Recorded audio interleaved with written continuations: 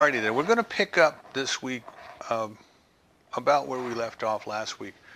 We were working, and I'm holding up for the folks on YouTube, we're working from Fenwicke Holmes' book, Being and Becoming. And last week I gave a little bit of the history of Fenwick, who was Ernest's older brother. And his purpose in writing this book was that he wanted to set down the fundamental principles of the teaching, and the teaching became known as science of mind. The fundamental principles of the teaching in a very direct manner, a very simple manner, and a manner that he said he hoped that the reader could get at one sitting.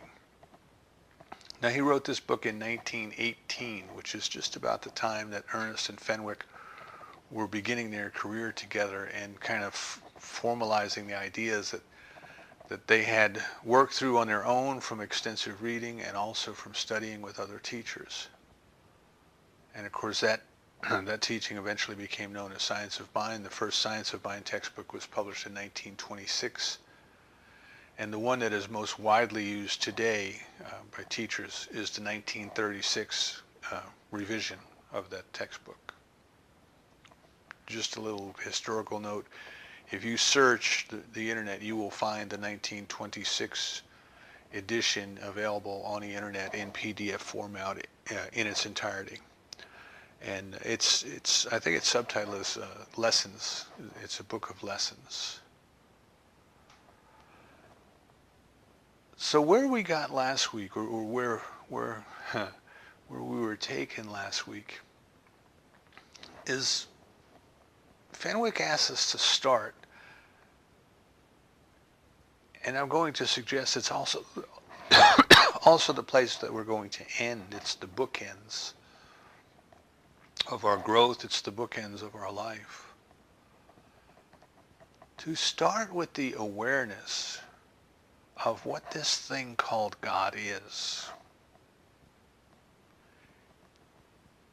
And to feel it, to feel it, not just to be able to intellectually answer a question, like many of us went to Sunday school or catechism classes, and we learned things by rote, and the teacher would ask us, why did God make us? And we would write down our responses,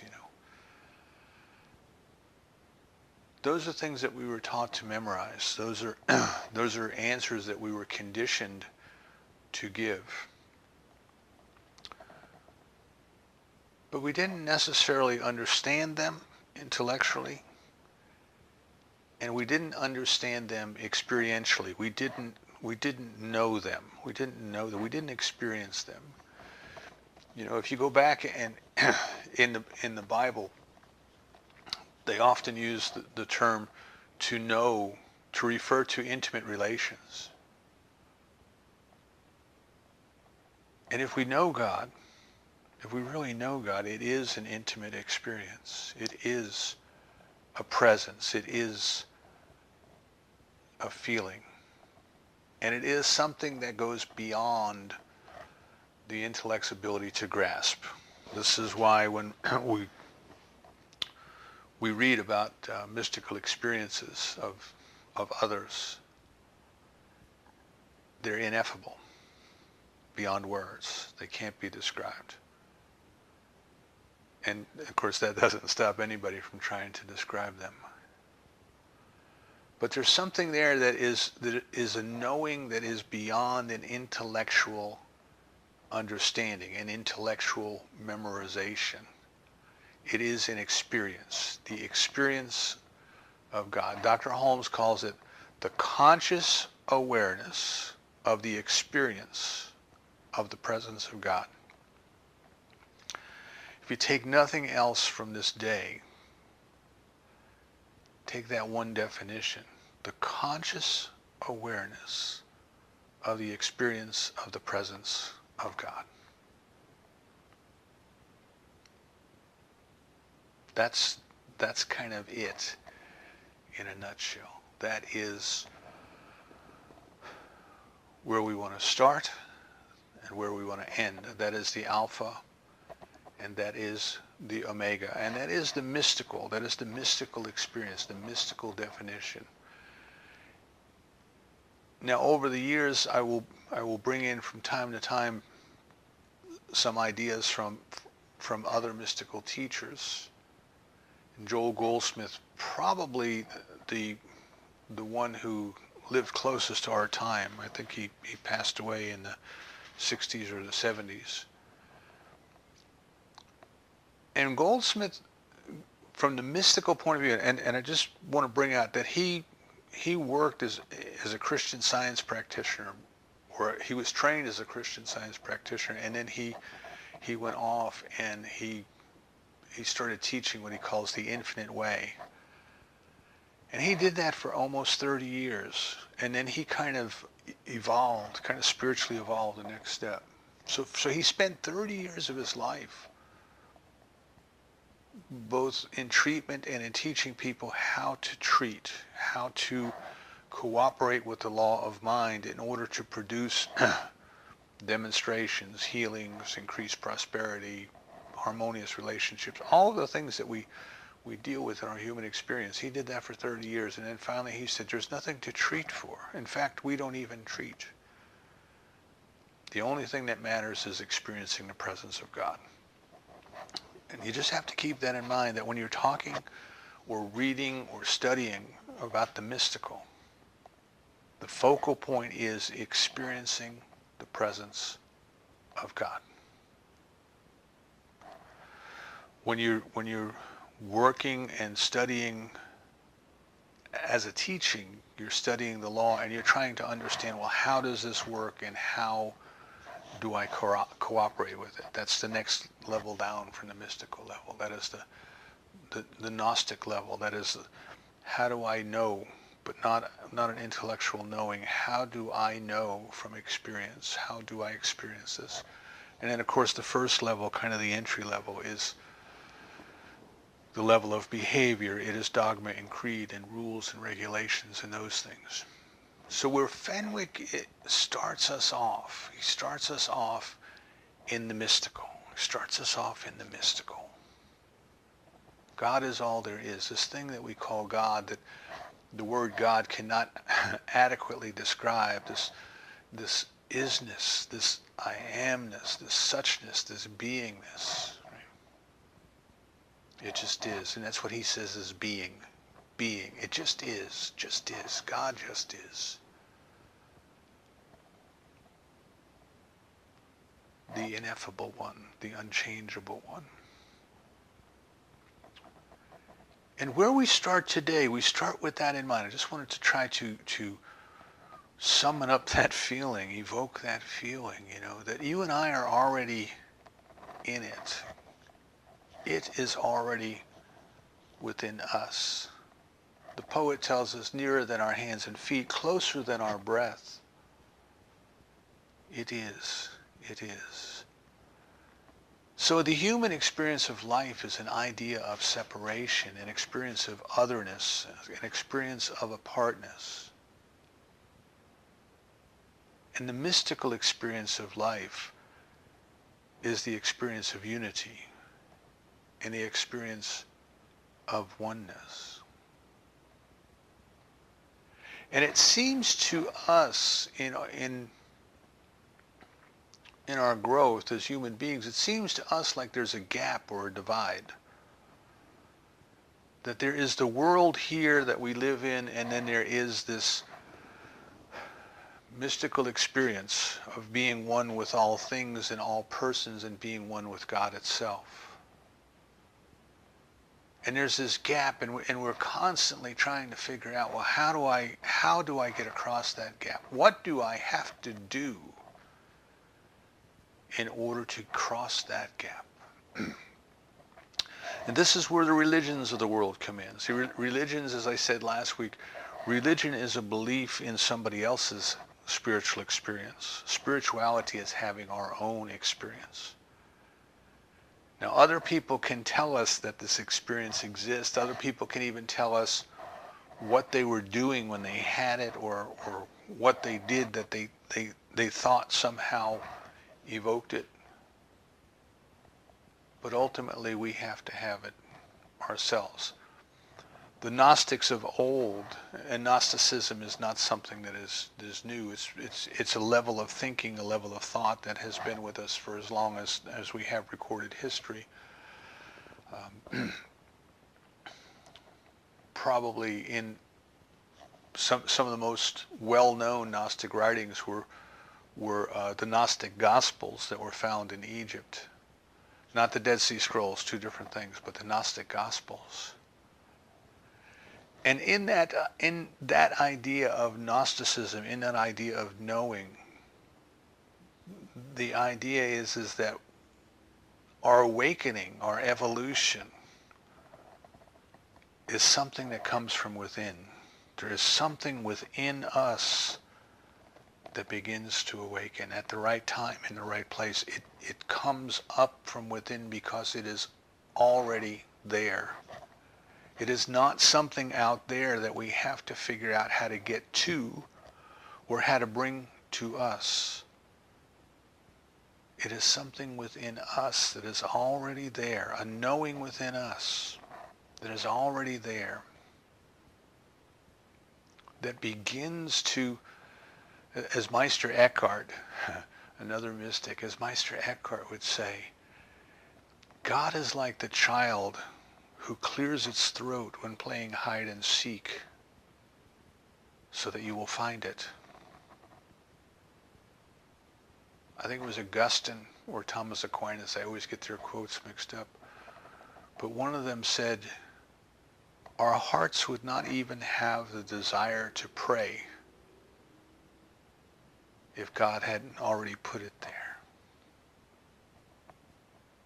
There is something within us that at the appointed time, at the appointed place, at the right moment when we are ready, begins to stir, begins to move us, begins to allow us to become aware of its presence and its beauty and its love. What Fenwick asks us to consider in this second part of exploring his little work that he said we could read in one sitting, which we've been at for 2 weeks now, and we could probably be at for many more because it's so rich. What Fenwick is asking us to consider is, at this starting point, you see, we don't have to do it. We don't have to do it, whatever it is. There is nothing for us to do, because it, God, the divine, it is perfectly capable and perfectly willing to do whatever needs to be done. So it's this idea of struggle, this idea of scrunching up our eyes and praying very hard and working diligently to do our affirmations and our denials and forcing ourselves to get up early to do our spiritual practice in order to make something happen, that today in this second part, what he's telling us is get over that. Get over that. In New Testament theology, we're given the example where Jesus says, who by taking thought can increase their stature by an inch. Can you make yourself grow an inch by taking thought? We can't. Consider the robins in the air and the lilies in the field. They neither reap nor toil nor sow, yet they're taken care of. They're taken care of. And we have to come back, you and I, we have to kind of come back and realize that we are part of that. You and I are part of that divine nature which always takes care of itself. Always.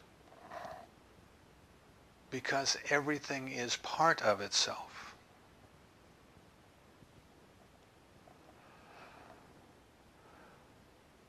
The lilies in the field, the robins in the air, all they have to do is to be what they came here to be.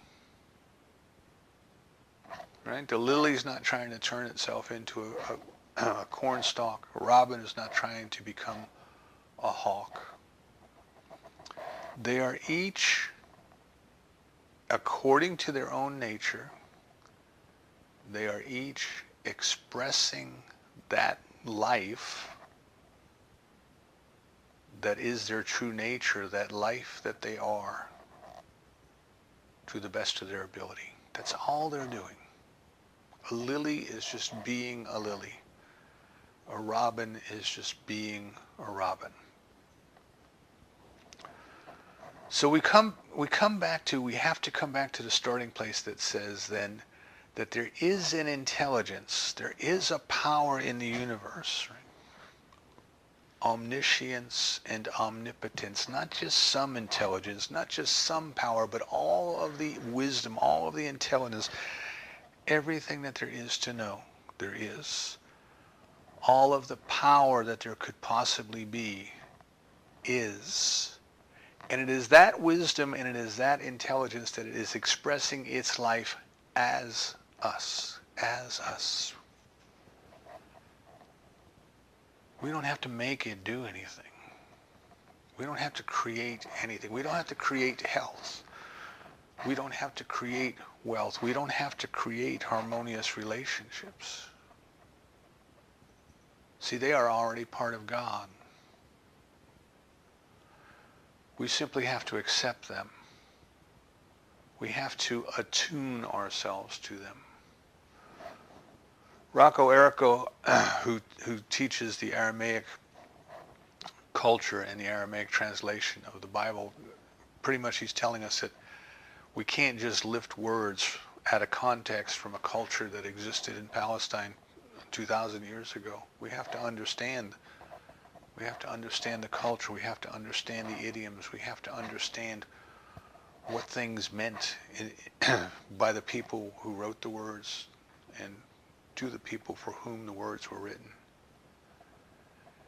And he tells us that in Aramaic, the word for prayer can be also translated as an attunement or a trap. So he wrote a beautiful little book called Setting a Trap for God, Setting a Trap for God. And I love the visual image, you know. God already is there. Peace already is there. Love already is there. Health already is there. And what we are doing, what you and I are doing, is we are attuning our consciousness to that which is already there. You've probably seen, you know, if those of you old enough to remember, years ago they had the Memorex commercials when they were recording on tape. And it was is it live or is it Memorex? And I believe they had Ella Fitzgerald, and she would hit a high note, and a glass, you know, like a wine glass or a crystal glass, would start to vibrate because its resonance frequency was the same as the note that she was holding. And finally the glass would just shatter. They were attuned. They were attuned. One responded to the other because they were functioning at the same level, at the same frequency. We are attuning our consciousness to that which is already there, and this brings us to his discussion of objective and subjective consciousness. He said when a baby is born, when a baby comes into the world, you know, it pretty much, I mean, it learns things, it hears things while it's inside its mother's womb. We're told that children can recognize their parents when they're born. They can recognize the sounds of their voice, things like that. We're told that playing music for an infant in the womb, that the music somehow helps the child develop. So there's a sensory experience that the infant has even while it's growing in the womb. But if you think of that consciousness just coming into the world as it comes in, for the most part, it doesn't have opinions. It doesn't have ideas. It comes in, we know that as a child comes into the world, it is attached to collective consciousness, just like a wave is attached to the ocean. And it has subconscious memories, experiences, things that it has adopted before it got here, wherever we were before we got here. We don't believe that our lives started at the moment these little bodies began forming. So where were we before? One of the Buddhist koans, the Zen Buddhist koans, is, what did your face look like before you were born? Where were you before you were born? See? But nevertheless, as we come into the world, we're pretty much free of opinions. And yet our little bodies do just fine. They do just fine. The cells multiply, the cells divide, they grow, they become hearts, they become lungs, they become eyes, they become ears. But once we are born, once we come into this experience, this sensory experience, in this plane of existence, we start getting ideas presented to us. We start formulating opinions. We start learning how the world works. The Buddhists tell us, we come here, the game is already in progress. We didn't make the game, we're just trying to figure out how to play it. We're just trying to figure out how it works. And we start to develop all of these ideas and all of these opinions. And what Fenwicke is asking us to consider is that the subjective mind, that we might call it the subconscious mind, in hypnosis or in psychology they might call it the subconscious mind, but it's really not below consciousness. It is conscious, but it's more subliminal. It's below our conscious awareness. So we're not aware of what it knows. We're not aware of what it is thinking, if you want to put it in those terms. But it knows what to do perfectly. And Fenwicke says, if you consider the example of hypnosis, it demonstrates to us that the subjective mind will respond to the strongest impression. Strongest. And I want you to keep that in mind. Strongest impression. So when we were teaching, like self-help and things like that back in the 70s, they used to, this is before we all had computers in our pockets, they used to use the analogy of a computer. Like the subconscious mind is like a computer, and it can do anything that it is programmed to do. But it is the objective mind. It is the mind that is consciously aware that impresses upon the subjective mind what it is to do. And it is the strongest impression. The strongest impression is the one the subjective responds to. So in like a stage demonstration of hypnosis, the hypnotist hypnotizes somebody and then gives them a suggestion, a silly suggestion, for example, that they're a chicken. And then the subjective mind, the subjective consciousness of that person then does its very best to act out the role as if it was a chicken. And what Fenwicke is asking us to consider is that the subjective mind that we can access, first of all, it's not just different, separate, and apart from all. It is connected to all. And Carl Jung talked about the collective unconscious. Ernest Holmes talked about the race consciousness. We are all connected. At that level, we are all connected to this power that can respond. We are all connected to it, but it responds in our experience, in God's experience as us. Maybe that's a better way to put it. Instead of thinking about my experience, instead of thinking of yourself in the first person, try thinking of yourself in the third person. In God's experience as Jim. In God's experience as, and say your name, see? And that might help us to make this shift away from the I have to do it, I have to make it happen. See, God is already doing it. Life is already doing it. Love is already doing it.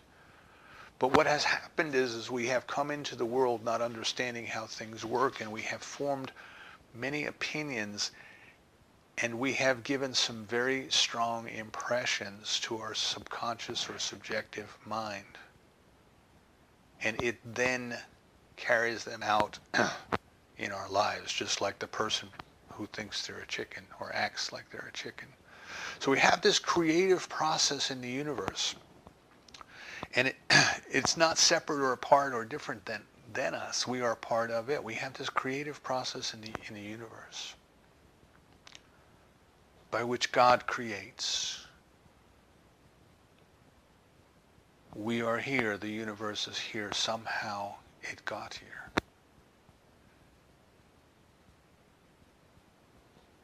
From a spiritual understanding, from the different mythologies of the different religions of the world, this act of creation was an act of will or volition or intention of God. God said, "Let there be," and there was. The divine mind said, "Let there be," and there was. Something acted upon that, "Let there be," call it a command.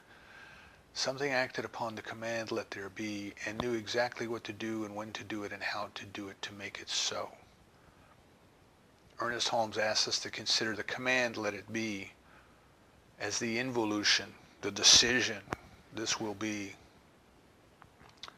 and the unfoldment is the evolution, the action of the law. Something takes that involution, and something knows what to do, and something does exactly what needs to be done in order to bring it about. And it does it without struggle. It does it without pain. It does it without moans or groans. It just does it. It just does it. It is its nature to do so. The nature of God in all different cultures that will believe in God and teach in God is God is a creator. A creator. And how does it create? It doesn't have arms and legs and hands and feet and hammers and shovels and things like that. How does it create? It creates because there is a power in the universe that responds to belief. But Fenwick clarifies that for us a little bit. He tells us something slightly different than we may have heard before. It's not enough to just say belief. What are you expecting? What is it that you are expecting? It is your expectation. We are not trying to create something in our lives. We are trying to allow the operation of that law that knew how to build the universe when God said, "Let it be." And we do that by our expectation. And I thought that was just a wonderful clarification. Just absolutely wonderful, because we can sit down in the morning and we can do our spiritual practice for 20 or 30 minutes. And we can know that God is good. We can know that life is wonderful. We can know that there's enough and plenty. We can know that there's health. We can know that there's love. We can say all of those beautiful words and evoke all of those beautiful feelings in our spiritual practice. But when you get up and go out the door, what are you expecting? What are you expecting? Because what you expect is revealing to you what you believe. What you believe. So all of our spiritual practice then, all of this spiritual practice, what we are trying to do is to bring our own objective consciousness to the point of expecting the best, so that our objective mind, our objective consciousness, the part that has will, that has volition, and all of those things,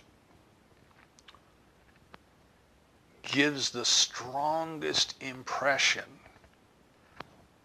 to our subjective mind of that which we wish to experience.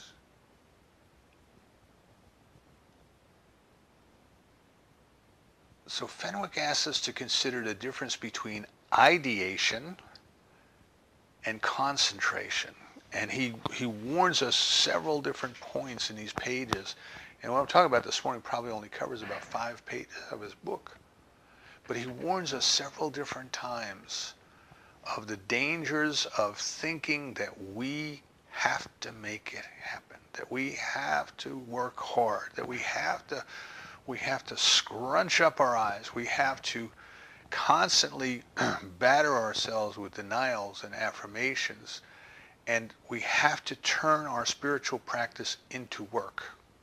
And people do that. People do. You'll hear them say that. You'll hear people say, "Well, I'll do my work for you. I'll do my spiritual practice for you. I'll be happy to do that work for you."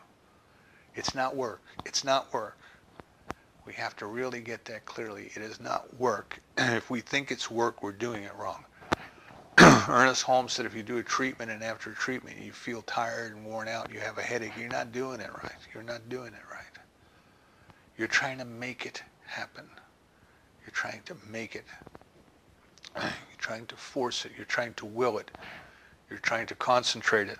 And what Fenwicke tells us is you can't. Our minds can't really concentrate on any one thing for too long. No matter how hard we try to force our minds to stay concentrated on one thing. And you can try it yourselves. I'll take anything you want, and just try to keep your mind on it. Keep everything else out of your mind through concentration, and you can't. You'll get tired of it.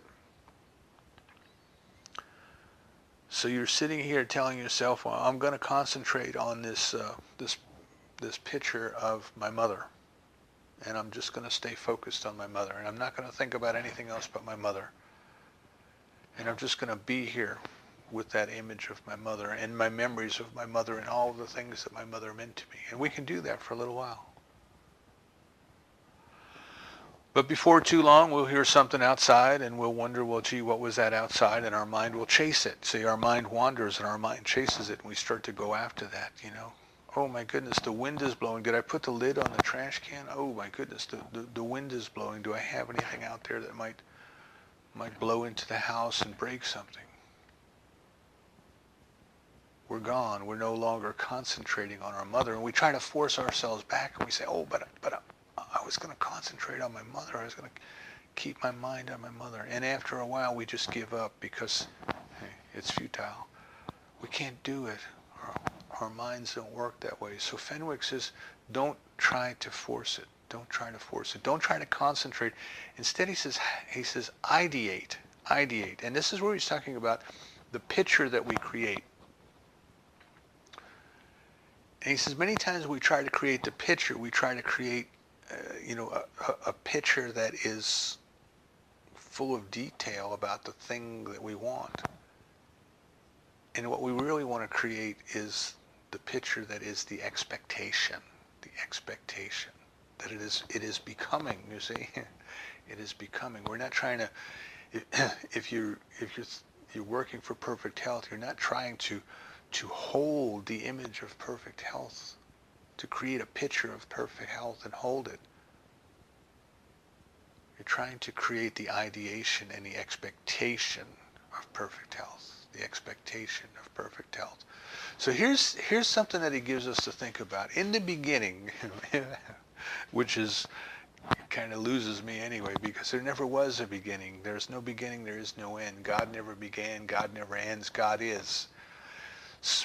But in the beginning, we're talking about in the beginning of a particular creative process, the beginning of a particular creative sequence. So I think of the book of Genesis when it says, in the beginning God. In the beginning, everything starts with God. Right? And the beginning that it's talking about is not the beginning of God, but it is the beginning of this creative sequence that we recognize as human life on this planet. So in the beginning, there weren't any physical things. In the beginning was the void. In the beginning was the chaos.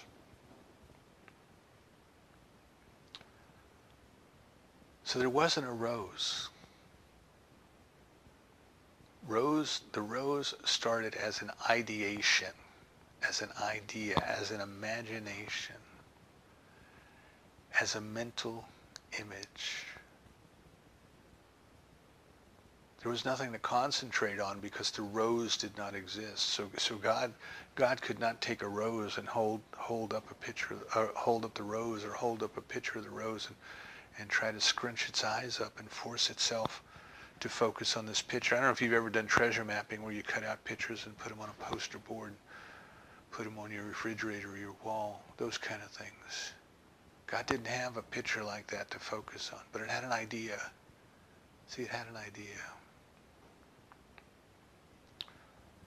And what Fenwicke asks us to consider is, rather than trying to force ourselves to concentrate on a picture, creating a mental picture and holding a mental picture, is to allow ourselves to have an idea.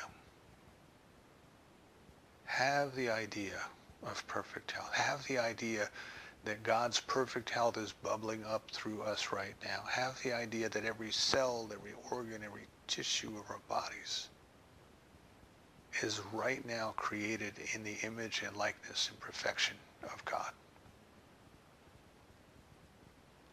Have the idea that the lilies of the field and the robins in the air are provided for because they are simply being what God created them to be, beautiful expressions of its life. And how much more so are we? How much more so are we? Beautiful expressions of that life. Have the idea that God's work is already done, that God's creative process continues to unfold, that the wisdom and the intelligence that brought us into this world, the wisdom and the intelligence that created the world out of the energy, out of the nothingness, the wisdom and the intelligence that gave us the air and the water and gave us the lungs and the stomachs to digest, that this architect, this engineer, this creator of the universe knows what it's doing, and it doesn't need us to tell it. It doesn't need us to coerce it. It doesn't need us to force it. All we are doing is accepting it.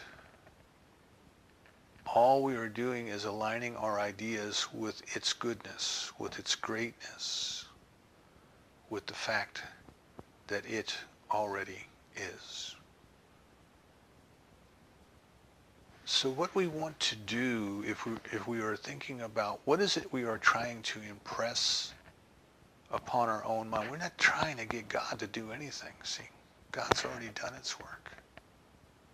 All we are trying to do is to efficiently and effectively bring our conscious minds into a position where we no longer give our subconscious minds the wrong impression. You know, you got to make a good impression. We want to impress upon it with our expectancy that the goodness is already here, the goodness is already unfolding, and there's nothing within us that can deny that goodness. And the way we do that is exactly as described. Bring ourselves into a place where we can sit and we can appreciate what is unfolding around us. We don't want to see God in nature. We want to see God as nature, as nature. That is how God is unfolding. That is how God is expressing. See, there's no separation. There's no apartness. There's no difference.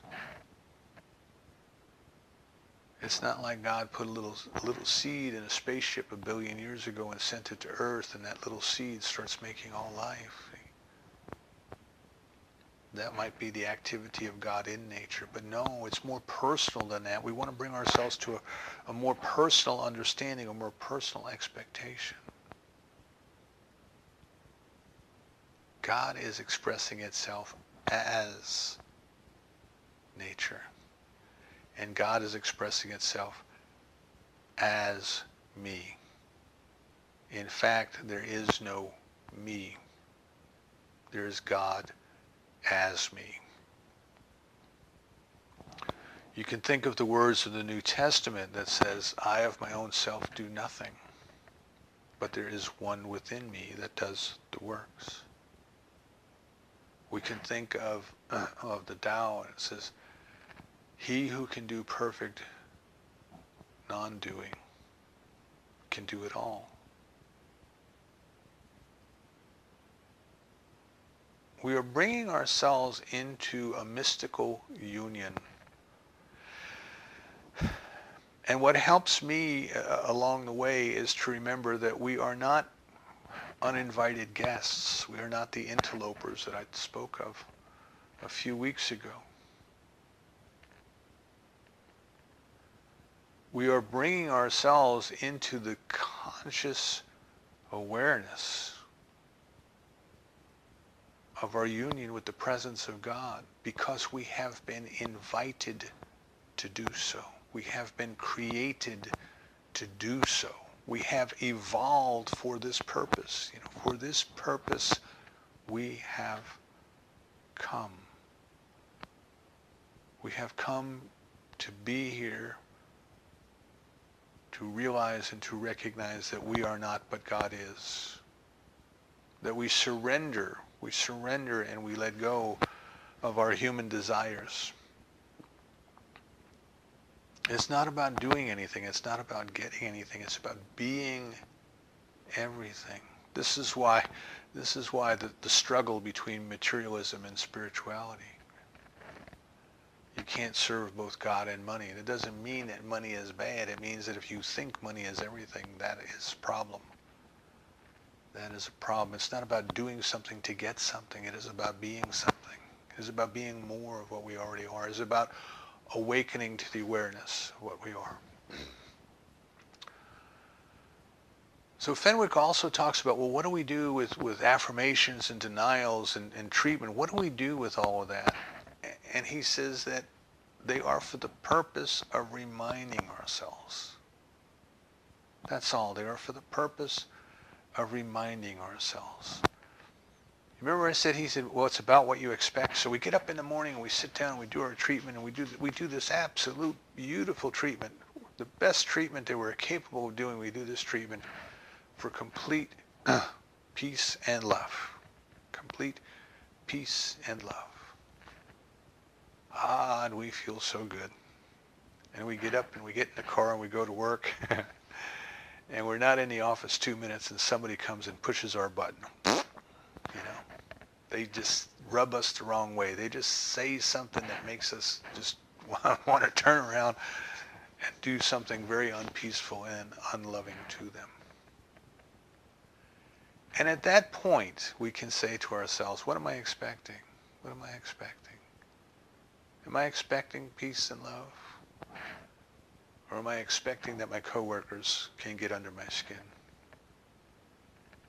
So now we have become aware that what we are expecting, we are acting as if what we are expecting does not align with the spiritual truth that we sat in so beautifully before we left the house. Now, this is where denial and affirmation come in. We can remind ourselves. No. This is not my truth.